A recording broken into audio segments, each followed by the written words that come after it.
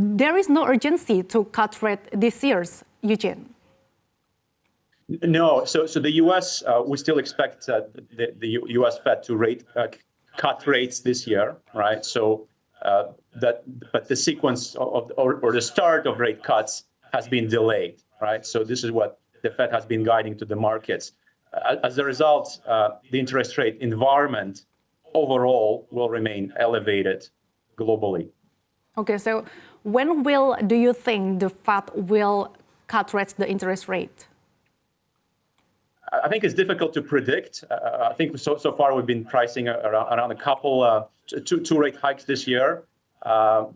Maybe it's Q3, Q4. Again, there's a delay in monetary policy normalization in the U.S., and I think that affects many emerging markets, including Indonesia, right? Okay, so what is your evaluation of high interest rates era impact for banking sectors, especially in emerging markets like Indonesia? I think there's a few developments we're watching, be it emerging markets globally or Indonesia specifically. So one aspect is how does high interest rates affect credit demand, right? Are we seeing a slowdown in credit growth, right? So certainly something we're watching carefully in Indonesia. The other aspect is whether high interest rates will finally result in more problem loans for the banks, right? Because globally, and same applies to Indonesia, we have seen very little new NPLs from the bank's balance sheets. So will higher interest rates finally result in more NPLs? That's an open question, right? So, I mean, so far we don't expect much new NPLs. And finally, high interest rates or rising rates lead to some losses on the bank's securities investments. So your bond portfolios reprice downwards. So those are the things we look at for emerging markets and Indonesia. Mm-hmm. How do you think the central governor of Indonesia already hiked the interest rates ahead of the Fed? I think the decision, from my side, wasn't completely unexpected because the authorities in Indonesia had to protect the national currency, right? So, and indeed, the rate hike in Indonesia has resulted in a stronger currency. So the losses of the rupiah have reversed a bit. But again, I think fundamentally in Asia, among the large emerging markets, Indonesia and Malaysia are kind of in the same boat in a way that their currencies continue to weaken, and governments have to and central banks have to introduce various measures to stabilize the currency. I think in Indonesia, the rate hike did exactly that. Right. So it stabilized a bit the currency. All right.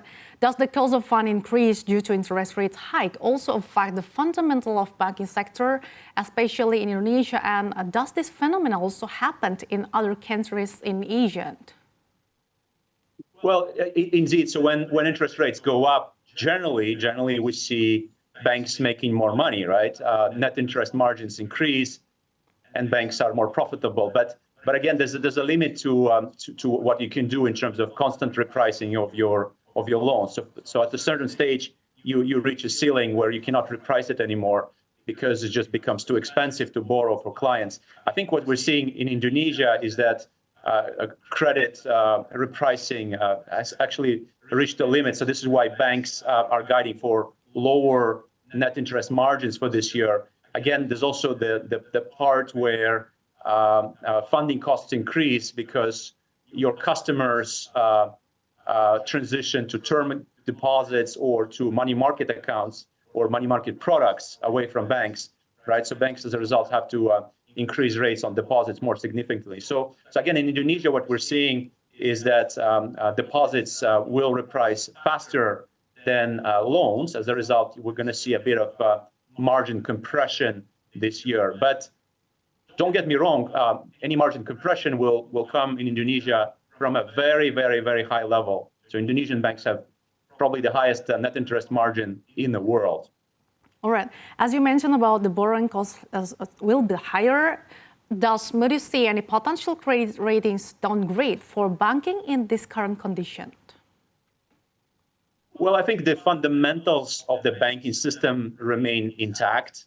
We like that the Indonesian banks have extremely strong capital buffers and very, very high profitability. So those are very, very high buffers to offset any risks, be it foreign currency risks or credit risks that may materialize. So the buffers are very strong. And actually, so far in the last 6 months or so, we've seen a number of upgrades of banks. And so those are positive developments, again, for the banking system.